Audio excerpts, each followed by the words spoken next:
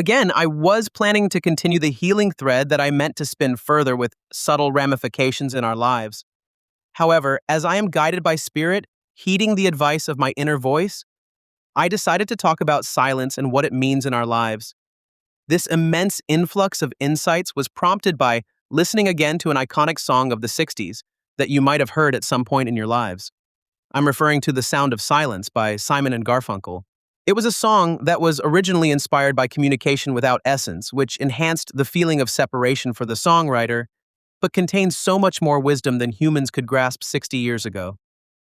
The first feeling I had was that I cherish silence for a multitude of reasons. As I'm increasingly distancing myself from the meaningless chatter of people that talk without communicating, because their self-centered words don't reach me. I am included in their plans to the degree that it suits them, even if that inclusion is based on something we share mutually. Our communication and interconnection can only be enhanced by opening up further and building like-minded communities, reflecting unity consciousness. The second impression was that it gives me the opportunity to chat with my inner voice and have mind-boggling conversations with it. Being open and honest with my true self invites a depth to the conversation that would otherwise be impossible to achieve. It doesn't matter how it starts and where it leads. What matters is that it cultivates this internal rapport between my limited self and the universe. I will give you an example of an unexpected chat with my very own inner voice, and it asked me to share this conversation. Hello, self? What's up? What do you want to chat about? Remember, it was you who asked me to share this. I did, and I don't regret it. Regrets have no place within humans who love themselves, having accepted all parts of them.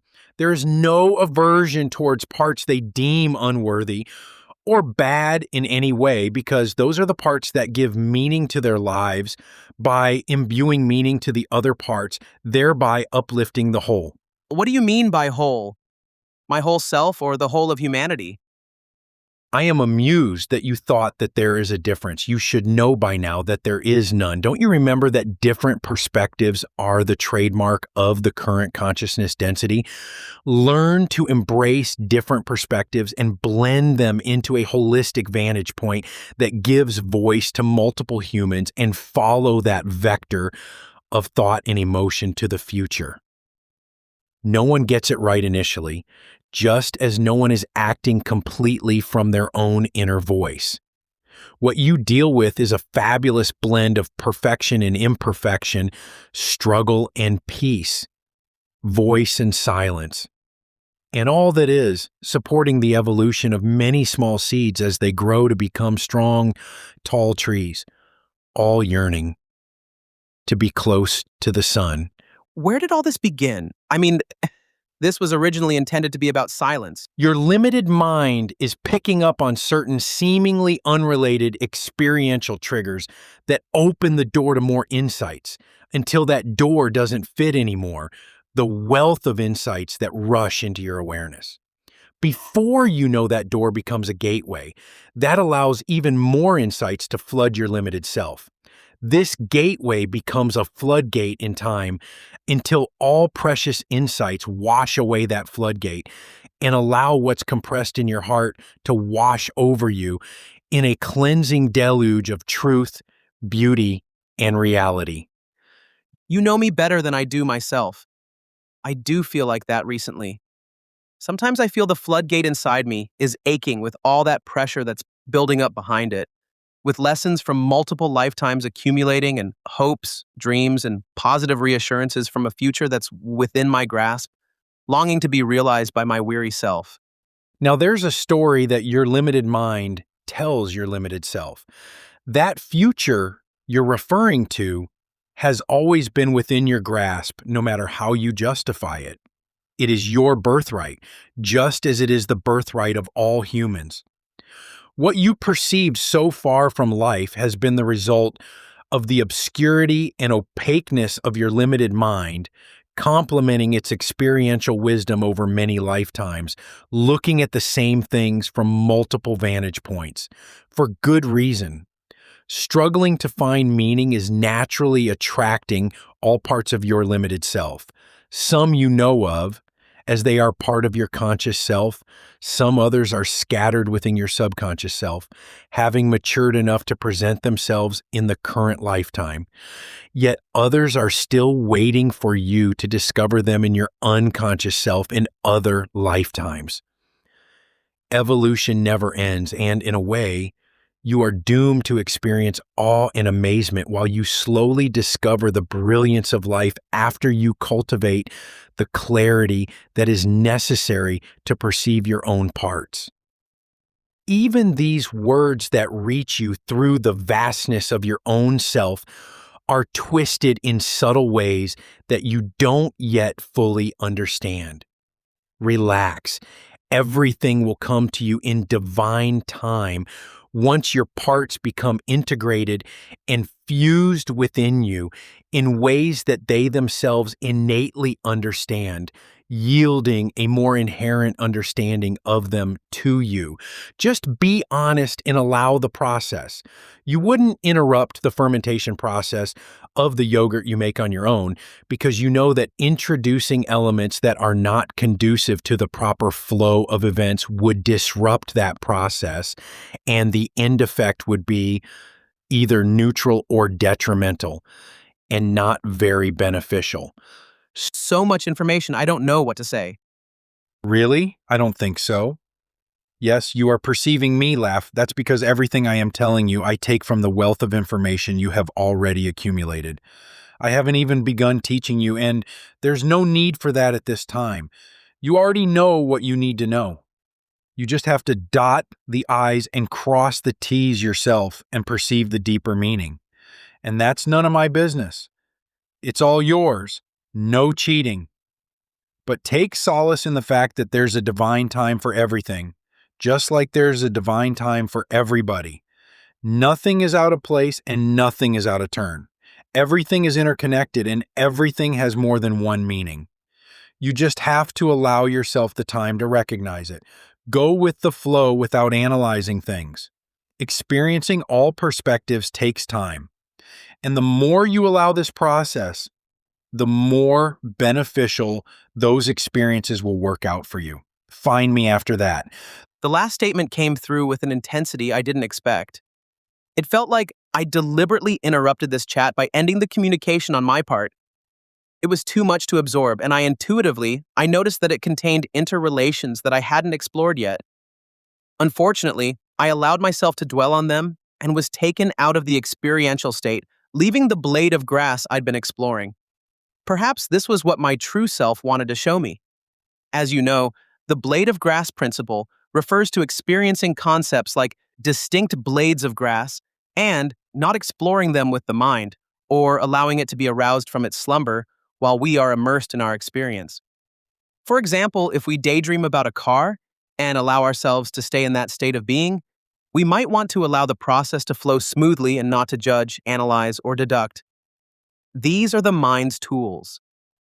The mind thinks, and by extension does, while the heart merely experiences and thus just is.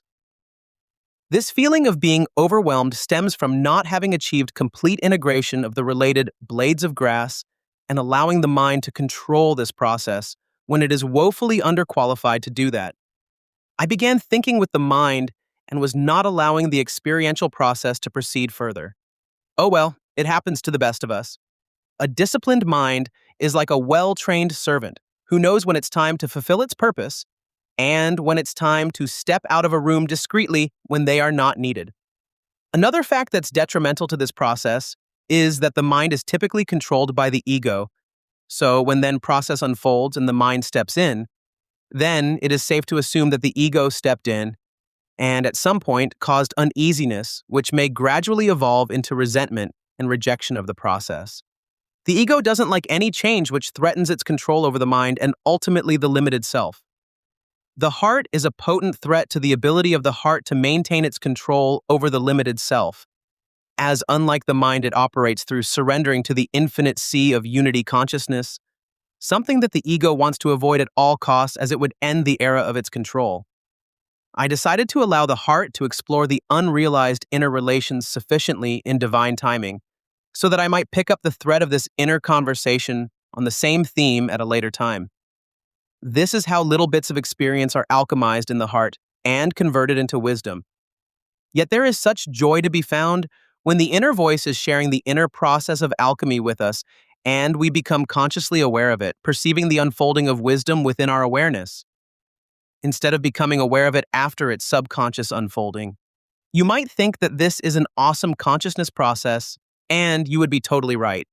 As Z would say, this is so cool. But how do we know if we talk to our inner voice, which originates from our true self, or if we merely talk to our ego in disguise? Some people would say that's easy to answer. Other people would say the opposite. However, there are a few things about that conversation we can assess.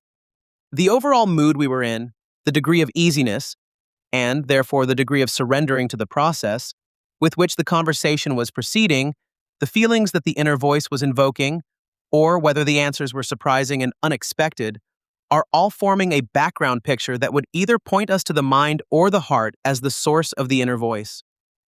The limited self has access to a limited mind, which cannot grasp the thought processes behind the statements perceived from the inner voice, and that invokes surprise.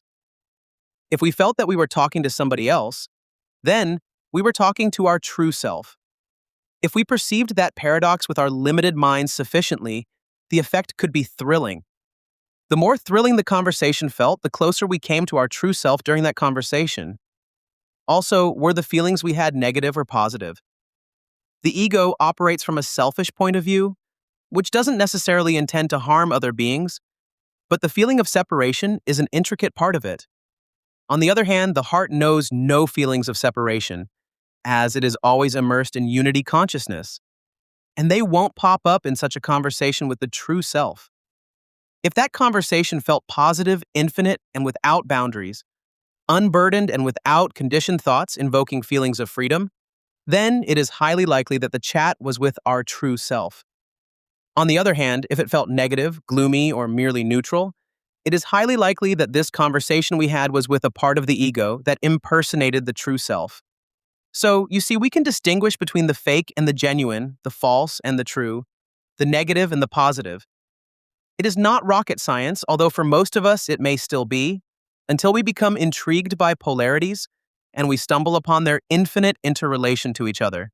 Spock would say, fascinating. Marty McFly would say, whoa. Dr. Ellie Arroway would say, no words to describe it. Poetry. They should have sent a poet. Dr. Amelia Brand would say, my God, that's breathtaking, to name but a few well-known movie and TV show characters.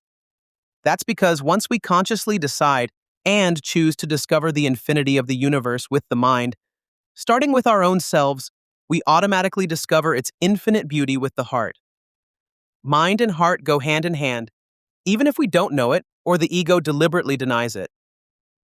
Our experiential journeys, through this world and beyond it, become much more enjoyable once we cultivate this feeling of surrendering to the heart and demote the mind to a faithful servant as it was always meant to be. Let's remember Albert Einstein's quote, "The intuitive mind is a sacred gift, and the rational mind is a faithful servant." We have created a society that honors the servant and has forgotten the gift. Once we consciously walk on the bridge between mind and heart, we can elevate our life experience to unseen heights, guided by our true self through our purpose and passions in life. Life will be more like a breeze and less of a chore. In the past, talking to ourselves would have us committed to a mental institution. In the future, it will open ourselves up to possibilities that our limited mind cannot comprehend at this time, propelling us forward in ways we cannot imagine. As the saying goes, the ball is in our court. It has always been there. If we tried to look at it from the perspective of the birthright, and not from the perspective of a chore, we would be living in a golden age already. It takes discipline to remember our dreams, but it takes courage to go after them.